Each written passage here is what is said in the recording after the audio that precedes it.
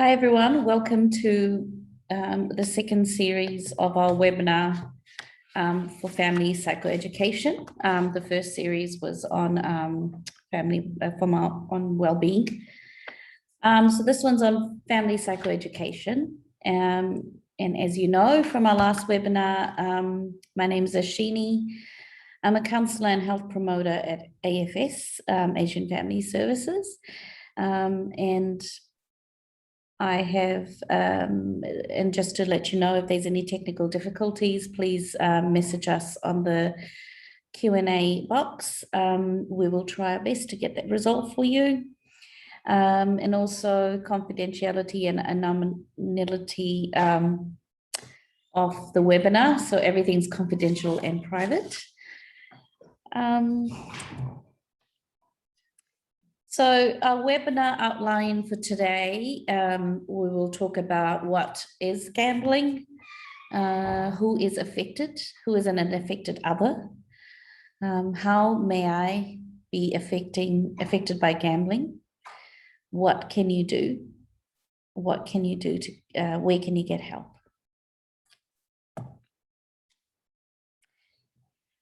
So first of all, we'll talk about what is gambling. So gambling generally, it's understood as an activity where someone puts in money, they risk their money or their belongings to gain something in return, to win something. While it may seem obvious what is gambling, emerging technology has blurred the lines to expand the range of ways people now gamble. It's not only the traditional ways that we normally know.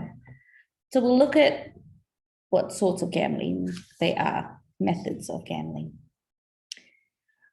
The traditional methods included gaming machines, which are your slot machines or pokies, and your lottery, which is the lotto, scratch cards, sports betting, so TAB, online gambling, so TAB online or casino online, anything like that that you're gaining online.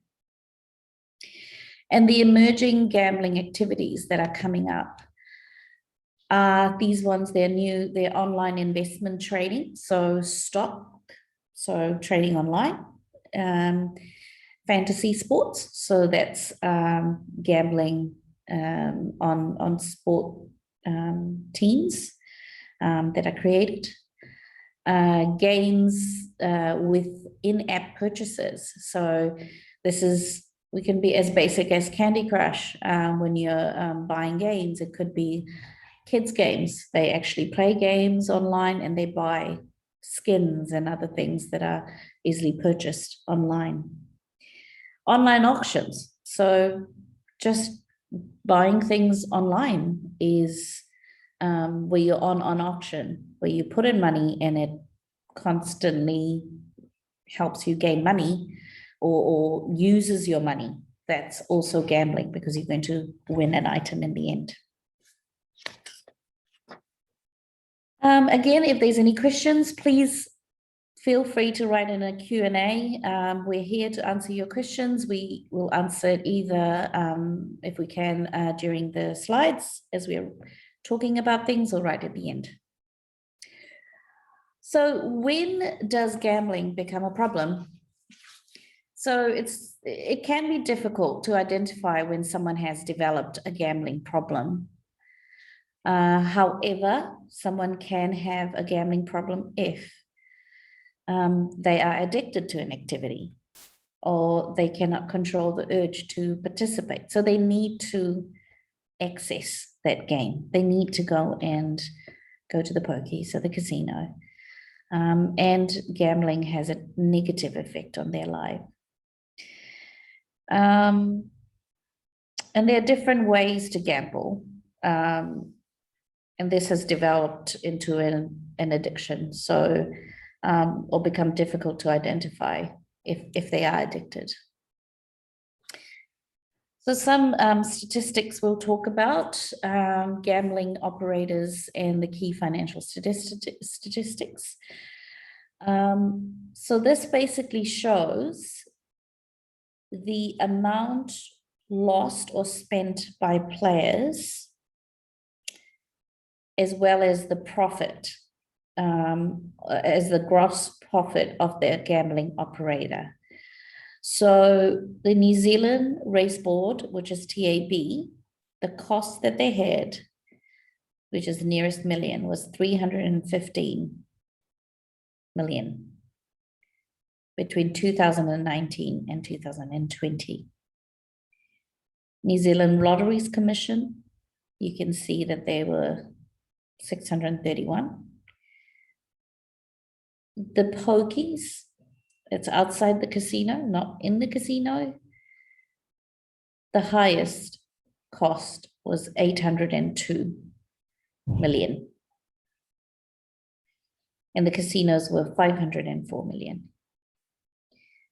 And then it says there, according to the Department of Internal Affairs, 2.25 billion was spent on gambling in gambling operators between 2019 and 2020. So this shows you how much money is going into these operating machines. It is up there. So now we've got, as we did last week, an evaluation question that'll come up. Now, this one talks about each of the actual machines. So the question is, how harmful do you consider the following gambling activities? So they each have, and you need to scroll down to see the others, but the first one is the pokies, which is the slot machines, the pokey machines. So the first one is it's not harmful, somewhat harmful. And if you scroll down, you can see it's extremely harmful. And then you can choose that. And then the next activity is the lotteries. So you can choose to say whether it's harmful, not harmful, somewhat harmful, extremely harmful. So lotteries is scratchies, lotto tickets.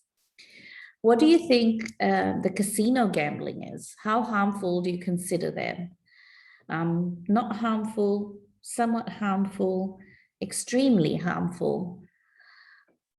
And then we've got sports betting. So that's our TAB, our online TAB. How harmful do you think that is? And then we've got online gambling. So that could be online casinos, your free coins, the online TAB also. So not harmful, somewhat harmful, extremely harmful. Thank you very much for answering that. Again, it's anonymous. No one else gets to see the answers except for us. And then we talk a bit about an affected other.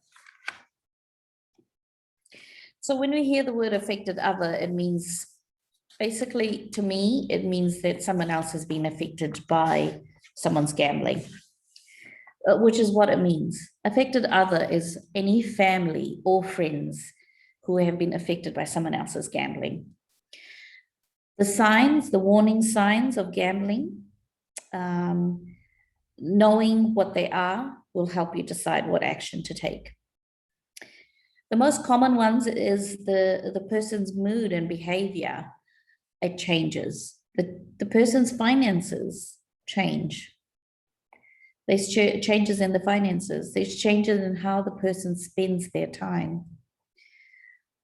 So we'll talk about it more in depth as to what that actually means. So about the mood and behavior signs. So when you see your family or someone affected by gambling, they become withdrawn from family and others. So they'd rather be on their own, on their phone. They will be, away from people, not in family gatherings. Their performance at work is affected. They will say they're fine, but they will seem to look like they're worried. They're a bit angry or agitated or upset for no apparent reason. So no reason at all, and they won't feel good.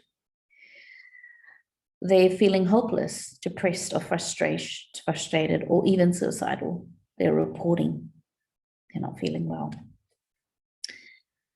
There's some changes in their personality. The person that you knew before, your best friend or your husband who you thought you knew is changing. Their personality changes, including their sleeping patterns, their eating patterns. They're not sleeping enough. Almost feels like they're having controlling behavior.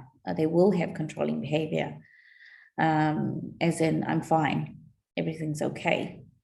And hiding finances. Using threats or lies or charm to manipulate others. So a bit of showing that I'm fine, everything's okay, spending more money suddenly, or threatening to leave or something like that because they are feeling agitated and upset. There's financial signs that you will see. Now, as we're talking about this, some things may come up that might feel like it feels like it's what you can see with your family. Please look after yourself. We are here for support. We can talk to you. I've got numbers that I'm going to give at the end of this, and you can call us. Financial signs are money missing from the bank account. So sometimes you'll see some amounts of money that are just gone. I'm not sure where it's gone. Money missing from your wallet or purse or even money jar. The money's been taken out. Household items have been missing. Valuables being missing. Could be pawned. That's why it's missing. Regularly saying that short of money, even though they are going to work as far as you're concerned and they earn a good wage.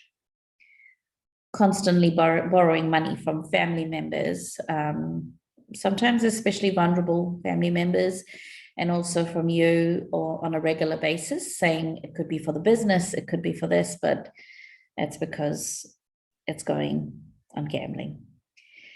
Having many loans at one time, being secretive about financial records, having unpaid bills or final notices, lack of food in the house. The next one is, you'll notice time. Time is something that is going to be an issue. Meaning they're spending more and more time on gambling on their phone or being out at the casino. Being secretive about unexplained absences. Often being late. Taking a lot of sick leaves or day offs. Taking an unusual amount of time for simple tasks. Taking 3 hours to get the groceries. Possibility is they could be at the pokies trying to gain that money back again that they lost. And when they're in there, time flies. They are not aware of time. Now, it is important to remember gambling behavior is often hidden. It can be difficult to know if someone has a problem with gambling. It's hard to know that. It can be difficult to even detect a gambling problem. People who gamble may be secretive, even lie or get angry when questioned about their behavior. It is not your fault. Don't blame yourself. Remember, the person's gambling may have gone to he or she may have gone to great lengths to hide their gambling. It is not your fault. We'll have the evaluation question coming in now, which will be on how, one of the evaluation questions on what we spoke about. So bear with me while it comes up on your screen. It talks about, do you find the warning signs of harmful gambling introduced in this webinar useful in helping people identify gambling problems in the family? So the warning signs we discussed about, time and secretive behavior, are they helpful? Not useful at all, somewhat useful, or extremely useful.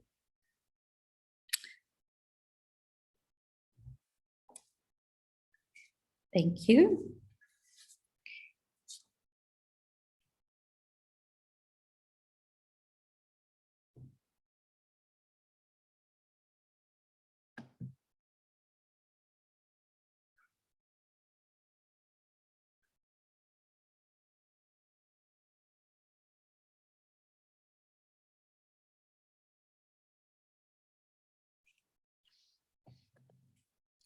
Thank you for that. How may I be affected by gambling? So this is about how you're affected by gambling as a family member. So it is estimated that for every person who has a gambling problem, another 7 people are adversely affected. So that means that if there's a gambler in the family, there will be 7 other people who can be indirectly affected by that. Having a relationship with someone who has a gambling problem can be very distressing and overwhelming. A person's gambling behavior can have serious emotional, psychological, and financial impacts on those who are close to them.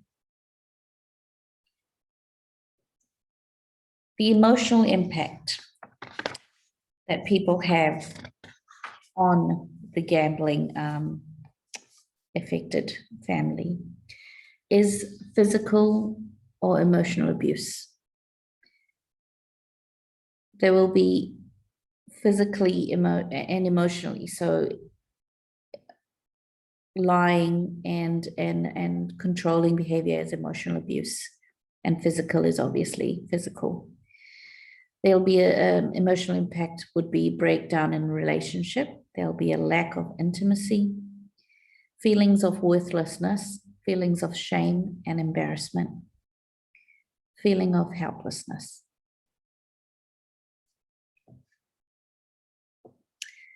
The psychological impact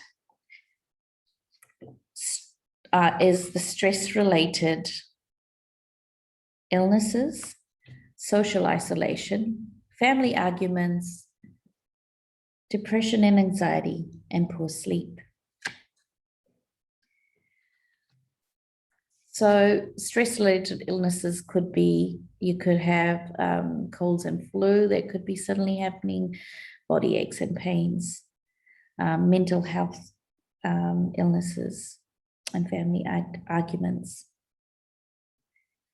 The financial impact, which we know it'll be financial issues and hardship, loss of property and valued items, inability to meet bills and increasing debts, decreased work or school performance. So this would impact their work and also yours. Impacts on children. Children can be affected by problem gambling also, such as their loss of trust, which means their loss of trust, which is a result of all the lies, the secrets, and broken promises. Loss of self-esteem. So that actually will affect their self-esteem because they feel like they can't trust, which affects their self-esteem. Social withdrawal and isolation because they feel different to others. They know that other people maybe can have the nice shoes that they can't get, or the right lunch that other people have and they can't. Feeling anxious, social withdrawals and isolation, and feeling social withdrawal and isolation basically means that not having that many friends and isolating themselves because they feel like they can't keep up with everyone's items that they brought to school, or even just having the right uniform. Feeling depressed. Children can feel powerless to deal with the problem and may blame themselves for the behavior. So that on its own sees it that they actually get affected by gamblers gambling. Feeling anxious, children may feel scared of losing a parent due to separation or divorce. So they would feel anxious about that too. Feeling ashamed, angry, hurt, or lonely. So this is all to do with blaming themselves, or just knowing that there's things happening at home and they can feel it.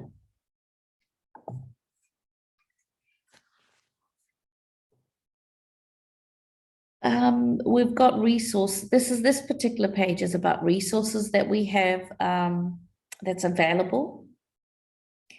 And this is we've got the Chinese link also in there, and there's also the Korean link and the English version also available for you on our Asian Family Services website.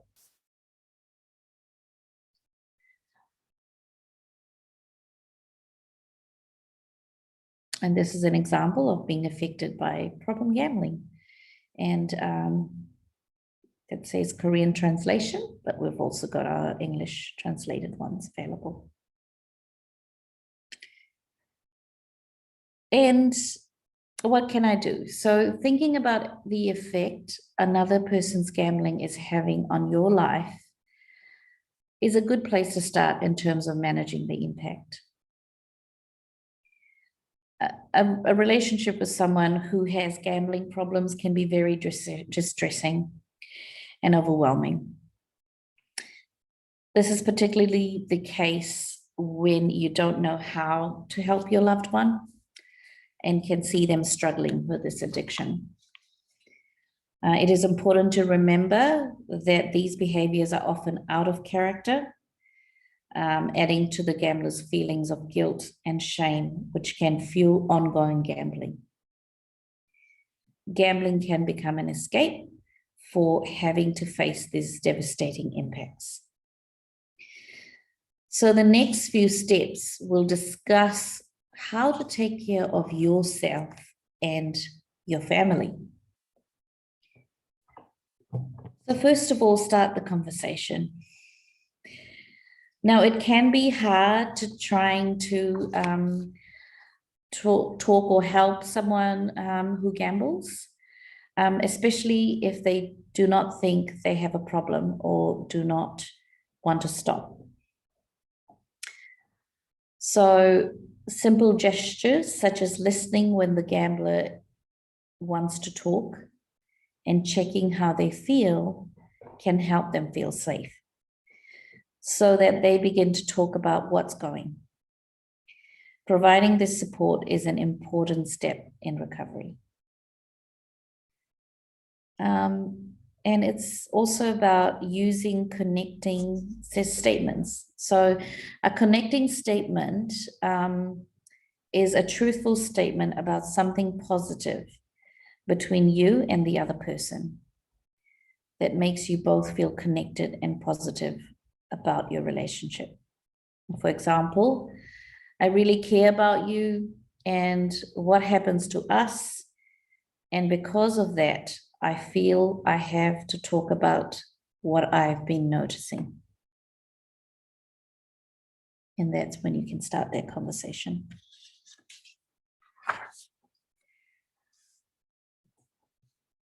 And then we've got look after yourself, not only the gambler, yourself. It is normal to feel upset, angry, and overwhelmed. And many people find it difficult to understand why people cannot just stop gambling. It is normal to feel upset, angry about someone else's gambling. People often ask, how can I make it stop? Or what can I do to make them see the problem? It may feel natural to want to take responsibility for someone else's gambling. However, choosing to change gambling behavior is ultimately the responsibility of the person who gambles. When someone chooses to continue to gamble, it can lead to others feeling upset and hurt. Focus on caring for yourself, and working through your feelings can decrease the impact of someone's gambling on you. So we will talk about how you can do that. So remembering you are important. You need to look after yourself. Practice self-care. What is self-care? Now, first of all, it's important to do this because feeling tired and run down as a result of trying to help someone is not helpful to you or the other person who gambles in the long run. Having some time out may allow you to cope better in difficult times. So having sleep, that's 7 to 8 hours of sleep. I know sometimes for mums this is hard, but having at least making sure you're sleeping well, eating a balanced diet and keeping hydrated, eating at a set time, exercise, and actually finding something to enjoy. It's something that you enjoy doing and make time for it every day. So that could just be maybe you like just reading a book, 15 minutes of reading a book, deep breathing exercise that we discussed the last time.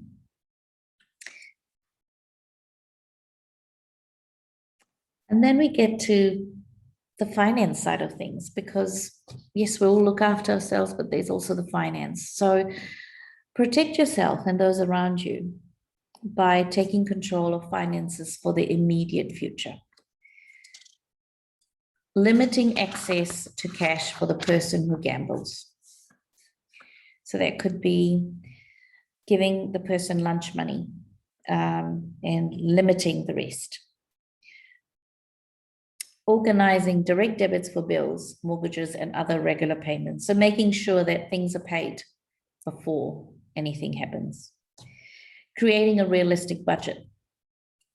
Speak to a financial counselor about how to avoid inheriting the gambler's debt and removing your name from joint accounts. So speaking to someone who has is a financial advisor or a financial counselor. Do not lend FBOS or credit cards. Share PIN numbers or leave that information where it can be easily accessed. So if you leave your FBOS card lying around, that's enabling and allowing the habit to continue. So just be aware and protect yourself and those around you. And also it can be very difficult to cope on your own when the person close to you has a gambling problem. Please talk to someone you trust. Close family member, friends, a counselor, or even a doctor. Because talking through things actually allows you to express how you feel and allows you to feel lighter. And also it allows you to maybe find advice and a different perspective on the situation. So we've got another evaluation question coming up. So this is about, If you are concerned about someone else's harmful gambling on family members, how likely would you apply the strategies that we introduced in this webinar to help yourself and your loved one? So we've got not likely at all, somewhat likely, or extremely likely. So this is about how likely would you apply the strategy or the tools or the what we discussed today.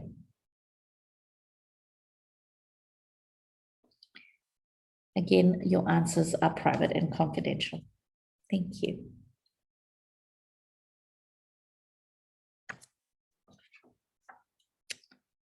Thank you. So our next slide talks about where you can get help.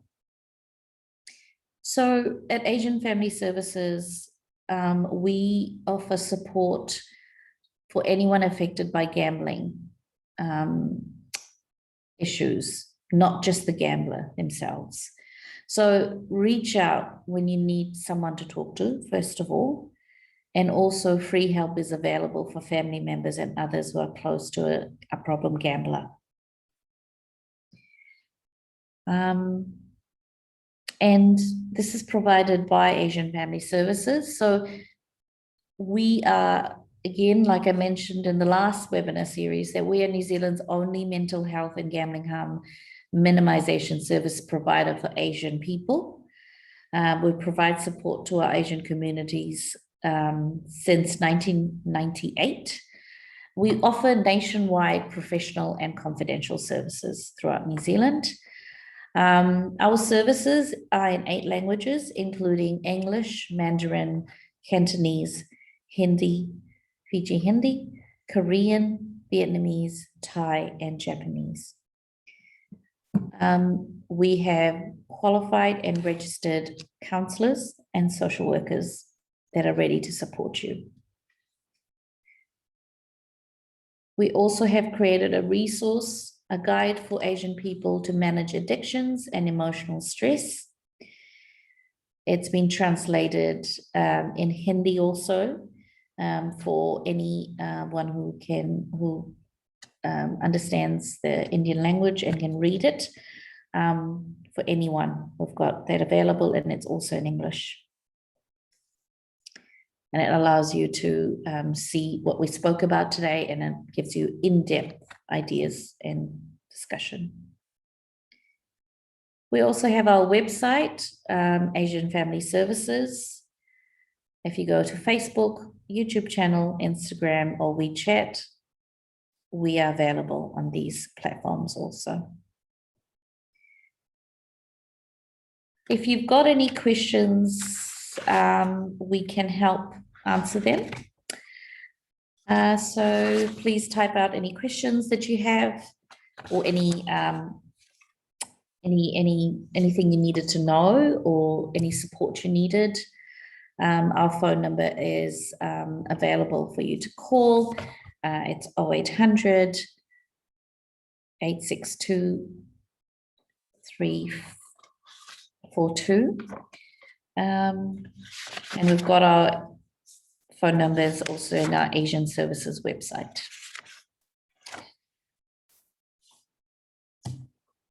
I'll just check whether we've got any questions. Thank you. Okay. Thank you very much for joining us. We will also have another webinar next week on gambling harm. I look forward to seeing you then. Thank you for joining me this evening and giving me your time. Look forward to talking to you next week again. Thank you.